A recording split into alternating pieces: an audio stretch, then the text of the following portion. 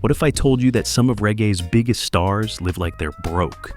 From Lee Scratch Perry, who built a legendary studio in his backyard with scraps, to Winston Jarrett, who stayed in the trenches of Kingston long after fame found him. Here are 10 reggae legends that live like they are poor. Bob Marley. Bob Marley was born in a quiet countryside village called 9 Miles, deep in the hills of Jamaica. His father was a white man, Captain Norval Marley, who worked for the British government that had ruled over Jamaica since the 1600s. His mother, Sizzla, was a young black woman from the Cromanti tribe, a group whose ancestors had once led some of the fiercest slave uprisings on the island. Captain Marley, much older than Sizzla, promised her marriage, but many believe he was just another white man using his power over a poor black girl, a pattern that had played out for generations. From a young age, Bob Marley saw life's struggles up close. His music didn't speak about peace in a dreamy, distant way. It spoke of the real pain and hard life that people around him were living. He didn't sing about problems he read in books. He sang about what he saw with his own eyes. He lived among the poor, felt their hunger, their anger, their hope. He knew the sound of gunshots, the weight of fear, and the strength of people who had nothing but still kept going. What made Bob Marley special wasn't just the beat or the rhythm. It was that he made pain sound beautiful. He turned suffering into songs that the world could feel. That's why people still listen to him today. He made hell sound like something you could survive. Even when Marley became famous, he didn't live like a rich man. He lived simply, like someone who had never left the ghetto. He wasn't interested in gold chains or flashy cars. His idea of being rich had nothing to do with money. He once said, "Possession make you rich? I don't have that kind of richness. My richness is life, forever." Marley believed that chasing money was a never-ending trap. He said, "Money is numbers, and numbers never end. If it takes money to be happy, your search for happiness will never end." No matter how many albums he sold or how big his concerts were, he didn't see himself as different from the poor man on the street. He even said, "They gave me star treatment because I was making a lot of money, but I was just as good when I was poor." Peter Tosh. Peter Tosh, born in Westmoreland, Jamaica, had a tough start in life. His parents abandoned him, and he was passed around from one relative to another. By the time he was 15, his aunt had passed away, and he moved to Trenchtown in Kingston, one of the toughest areas in Jamaica. There, he lived with his aunt and began learning how to survive on his own. He also started working as a welder, trying to find his way in the world. One of the things that changed his life was music. Tosh was fascinated by a man in the country playing guitar. He watched this man play the same song for hours, memorizing every note. After a while, he picked up a guitar and played the song back to the man, impressing him. The man asked Tosh who had taught him, and Tosh simply replied that he just did. That moment sparked his love for music, and he began to dive into it. But life wasn't easy for Peter Tosh, especially when it came to the music industry. From his early days with the Wailers at Studio One to his time with Island Records, Tosh faced many struggles. He was often pushed around by record labels, and his music was sold without him seeing a penny. There were even albums released under the fake name Peter Touch in England. One of the biggest issues Tosh had was with Island Records, and specifically with Chris Blackwell. The label seemed to favor Bob Marley, pushing him to become the main star of the Wailers while Tosh was left in the shadows. Tosh didn't just struggle with the music business. He had been dealing with hardships his whole life. The schools, the church, the government, and the music industry all played a role in his struggles. All of this shaped who Tosh became, both as a person and as an artist. He had a powerful stage presence and often spoke about oppression and injustice. He used his platform to advocate for the little person, the downtrodden man, because that's who he was. He knew what it felt like to be misled, mistreated, and betrayed, and he made it his life's mission to fight for equal rights and justice. His music reflected this. Songs that spoke about freedom, equality, and standing up against those who tried to keep people down. Peter Tosh lived a life of struggle, and even though he became a star, he never lived like one.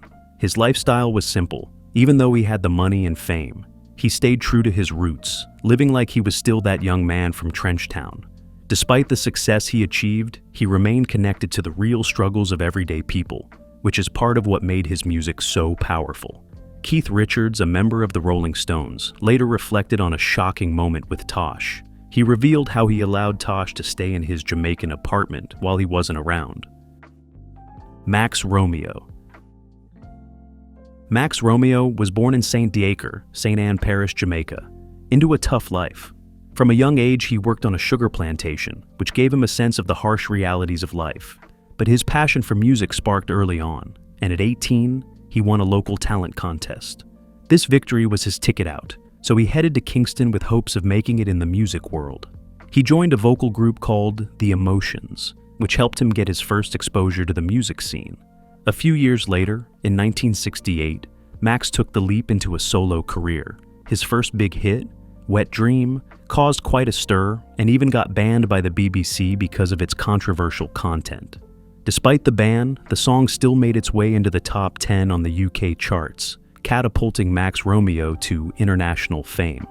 By the early 70s, Max worked with influential producers like 90 The Observer, Clive Hunt, and the legendary Lee Perry. Together, they created some of his most iconic albums, including Revelation Time in 1975 and War in a Babylon in 1976.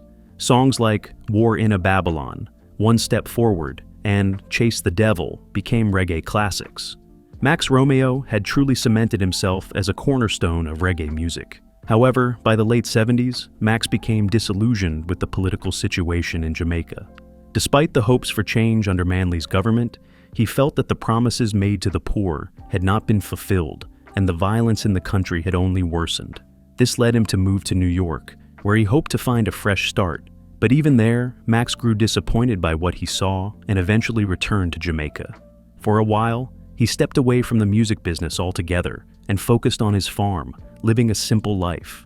His agricultural work provided enough to feed his family, and he found happiness in the peacefulness away from the chaos of the city. In the early 90s, European promoters reached out to Max, inviting him to tour again. He agreed, not only to please his fans, but also for his own satisfaction.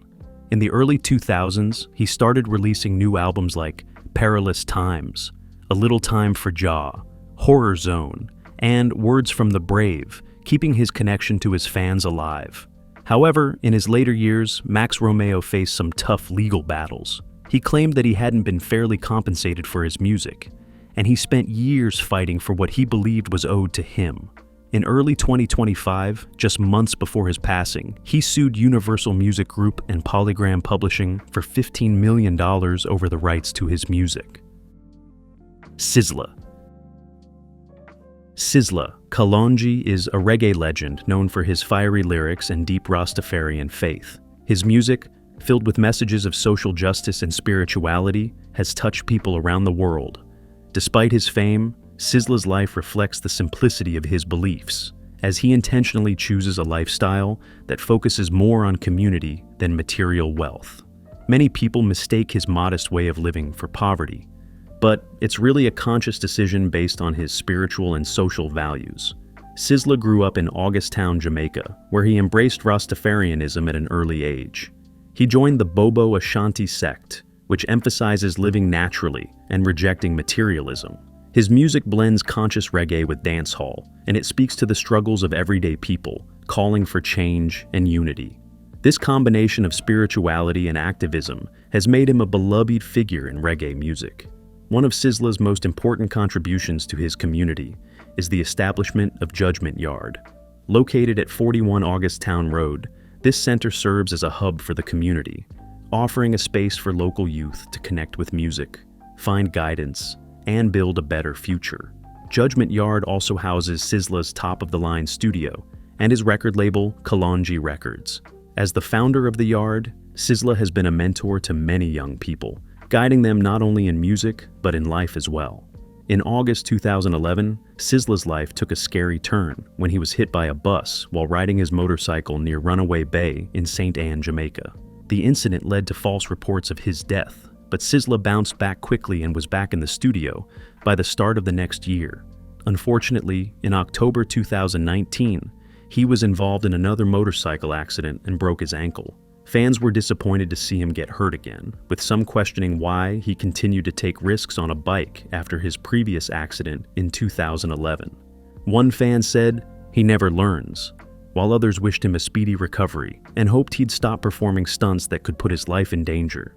Sizzla's lifestyle is not about lacking wealth, it's about rejecting unnecessary excess. From building schools to supporting local causes, Sizzla shows that true wealth is found in spiritual growth and working toward collective progress, not in accumulating material possessions. Yabbyu. Yabbyu was a reggae vocalist and producer who made a lasting mark on the genre with his unique sound and style. He was born in the Waterhouse district of Kingston, Jamaica, as one of 7 children. From a young age, life was tough for Yabbyu, and by the time he was 12, he had to leave home to find work. He ended up working at a furnace in Waterhouse, but at 17, malnutrition caught up with him, leaving him hospitalized. The effects were severe. He developed arthritis, which partially crippled his legs, making it impossible for him to return to his previous work. Instead, Yabbyu had to hustle on the streets of Kingston to survive. His spiritual beliefs set him apart from many of his Rastafarian peers. While most Rastafarians saw Haile Selassie I as the divine figure, Yabbyu believed in the divinity of Jesus Christ, earning him the nickname Jesus Dread. This difference in belief sparked many debates, but it was after one such discussion that Yabbyu was inspired to pursue music. He described the experience as hearing like a strange ting inside my thoughts, like an angel sing, which led him to step into a recording studio for the first time. Despite struggling with his health and finances, Yabbyu's persistence paid off when he released the single Conquering Lion in 1972. Initially credited to Vivian Jackson and the Ralph Brothers, the song was produced by the legendary King Tubby. The track became popular, and the distinctive chant, "B-U, Yabby Yabby You" in the intro, gave Jackson the nickname Yabbyu. Yabbyu's success in the reggae scene allowed him to branch out as a producer, working with both emerging and established artists, such as Wayne Wade, Michael Rose, Tommy McCook, Michael Prophet, and many others. He continued to record, produce, and perform even with the aid of crutches throughout the 1970s and 1980s. Although his output slowed down in the 1980s, he made a comeback in the 1990s, releasing both new material and reissues of his older work. One of his notable projects in 2000 was a remix album with Glenn Brown, which included remixes of his famous track, Conquering Lion. Despite the financial struggles he faced, Yabbyu's career helped him sustain a living, and he became known for his unique blend of Christian beliefs with Rastafarian culture, all while living in one of the most militant Rastafari communities in Kingston. Yabbyu passed away in 2010 at the age of 63 from a stroke. His music, rich with spiritual depth and social consciousness, left a lasting legacy in reggae. If you are enjoying this video, appreciate it by giving it a thumbs up. And if you have not subscribed, what are you waiting for? Hit that subscribe button. Junior Biles. Junior Biles was born in Jamaica and became known as a conscious roots reggae singer. In 1967, he formed a vocal group called The Versatiles with Dudley Earl and Ben Lewis Davis. While working as a firefighter, Biles and the group were signed to a label, but things shifted quickly. The group worked with different producers, including Lee Scratch Perry and Duke Reed, before eventually splitting up in 1970. Even though the Versatiles were no longer together, Biles kept working as a firefighter while continuing to record music, sometimes with the other members of the group singing backup. In 1972, Biles had a major hit with a cover of Peggy Lee's song, Fever, which was produced by Perry. Later that year, his first album Beat Down Babylon was released, making him a well-known figure in Jamaica and the UK. His song, Curly Locks, became especially popular in the UK. By the mid-1970s, Biles had moved on from working with Perry and started recording for other producers. He also began working on a few duets with Rupert Reed. One of his most loved songs, Fade Away, was recorded in 1975 and became a huge hit in Jamaica and the UK. It was even featured in the soundtrack for the film Rockers. However, by the mid-1970s, Biles's life started to take a dark turn. His mental health began to suffer, and the death of Haile Selassie, the spiritual leader he deeply believed in, hit him hard. This led to a period of deep depression, and at one point, he even tried to take his own life. He was admitted to Bellevue Hospital, and although his health continued to struggle, he still made music here and there.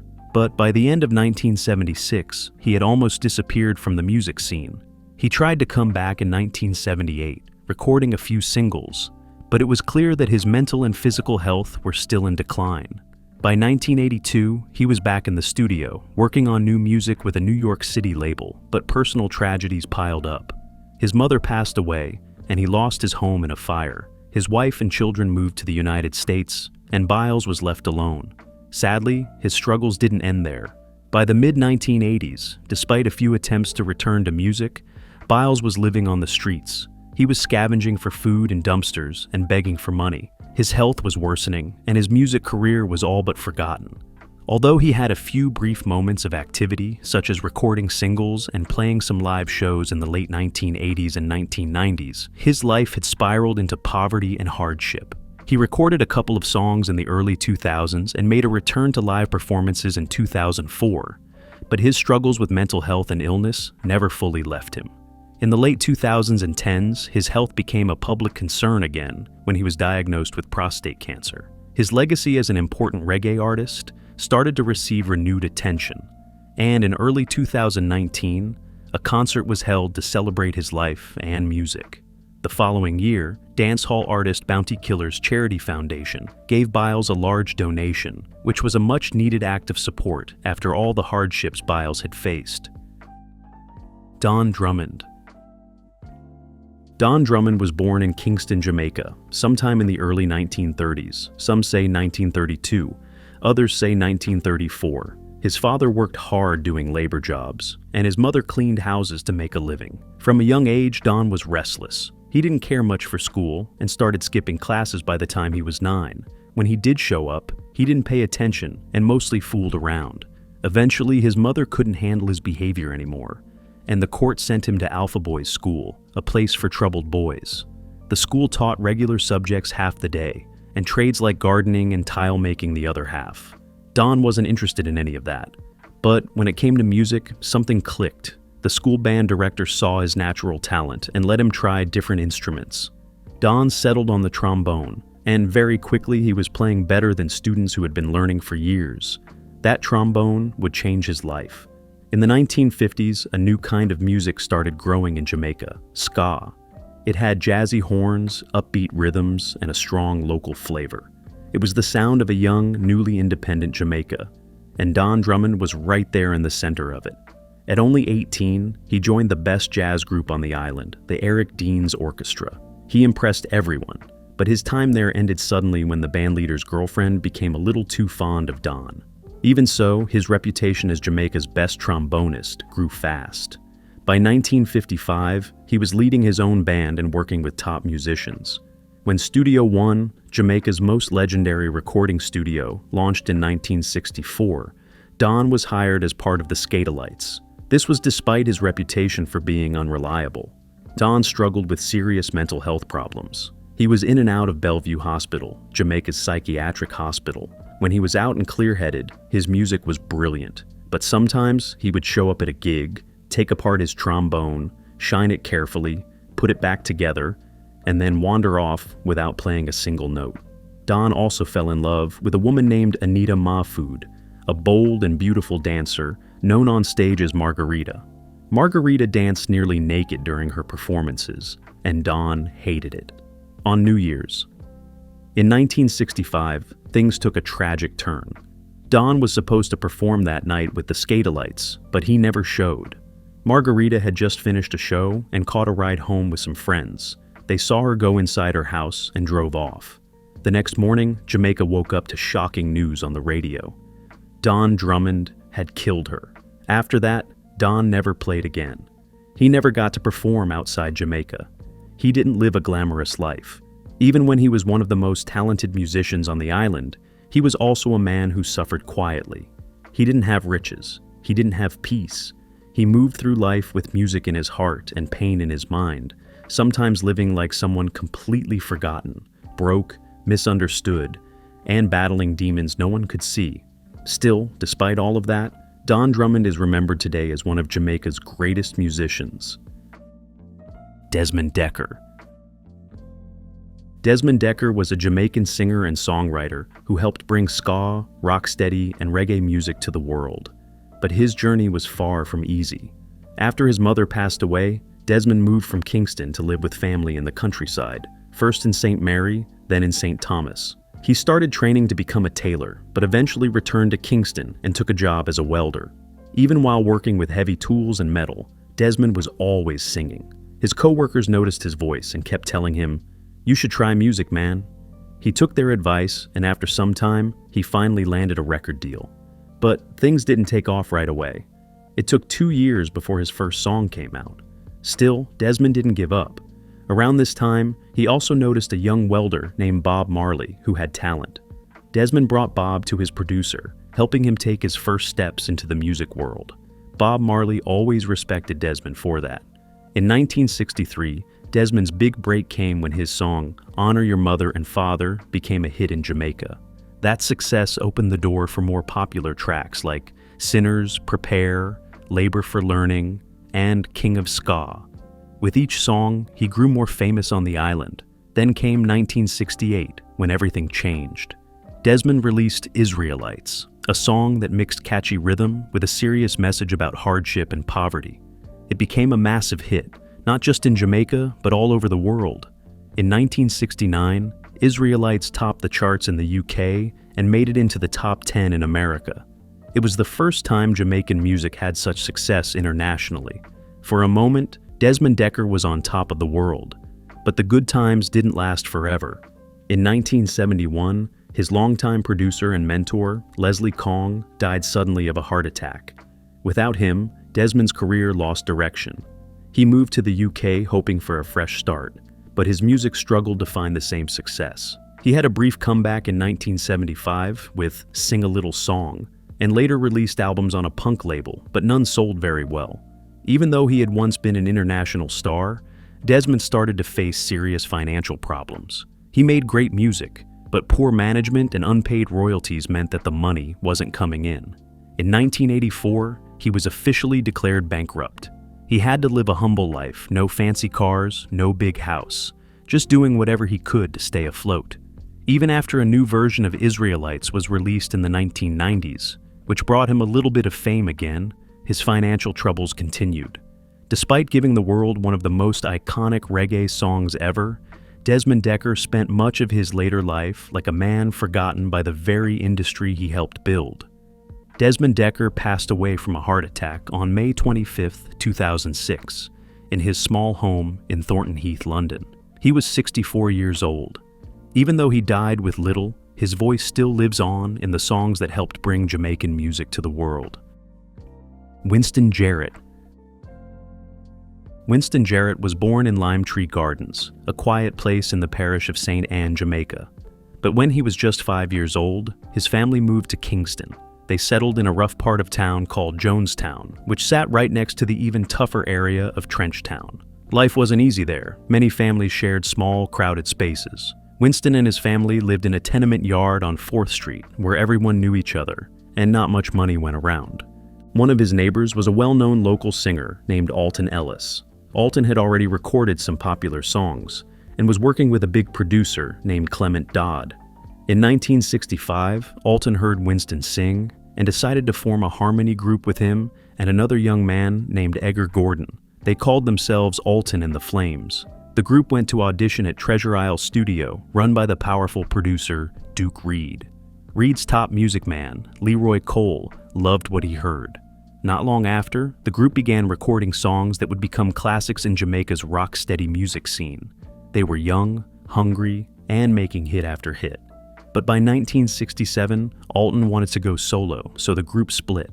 Winston and Edgar didn't give up. They kept the group going under a new name, the Righteous Flames, with Winston now leading the vocals. They worked with big names like Prince Buster and Sir Coxsone Dodd, releasing songs like Ease Up, You Don't Know, and Born to Be Loved. Throughout the 1970s, Winston kept busy. He recorded dozens of solo songs and sang harmony for other famous artists like Ken Booth, Marcia Griffiths, and Winston Francis. But even with all this music, life didn't come easy for Winston. He lived like many of the people he sang for, poor, humble, and often struggling. His songs spoke about real life in the ghettos, the pain, the injustice, the hunger, and the strength to survive. He didn't sing about riches or fantasy. He sang about what he knew. He lived in small homes, worked in shared studios, and walked the same streets as the people buying his records. There were no big mansions or fancy cars. Sometimes the music didn't pay much. Other times, it didn't pay at all. That reality is what gave Winston's music so much heart. He was never pretending. After decades of singing, he moved to Seattle and began touring more outside Jamaica. He needed to find a wider audience because the local scene just didn't offer enough to survive on. It took years before Winston Jarrett began to see the recognition he deserved. Lee Scratch Perry. Lee Scratch Perry was one of the most creative minds to ever come out of Jamaica. He was a producer, a songwriter, and a man who could turn simple sounds into powerful music. In the 1970s, he helped create dub music, a new style where regular songs were turned into something fresh using echo, reverb, and all kinds of strange effects. But Perry didn't like being told what to do. He wanted full control over his music. So, in 1973, he did something bold. He built his own studio right in his backyard. He called it the Black Ark. It wasn't fancy. In fact, it was built with simple tools and old equipment. But what came out of that little studio changed reggae forever. With the Black Ark, Perry had no time limits, no rules, and no bosses. He could record all night if he wanted, and he often did. He helped shape the sound of reggae legends like Bob Marley and the Wailers, Junior Murvin, the Heptones, the Congos, and Max Romeo. Even though his gear was cheap and outdated, Perry had a special gift. He knew how to make magic with very little. He used strange noises, like breaking glass or mooing cows, and layered them over beats to create something no one else could. He would sometimes stay in the studio for days barely eating, barely sleeping, just completely lost in the music. Most of his money went into making music, not into his lifestyle. By 1978, things started to fall apart. Too many people were trying to use him, trying to change his music, and it pushed him to the edge. In 1979, the whole Black Ark burned down. Some say Perry did it himself, though no one really knows the full truth. Later in life, Perry moved far from Jamaica. He lived in a quiet village near Zurich, Switzerland, with his partner Murray and their 2 children. What do you think about these legends? Share your thoughts in the comments below. Don't forget to like, subscribe, and hit the notification bell so you never miss out on our latest content.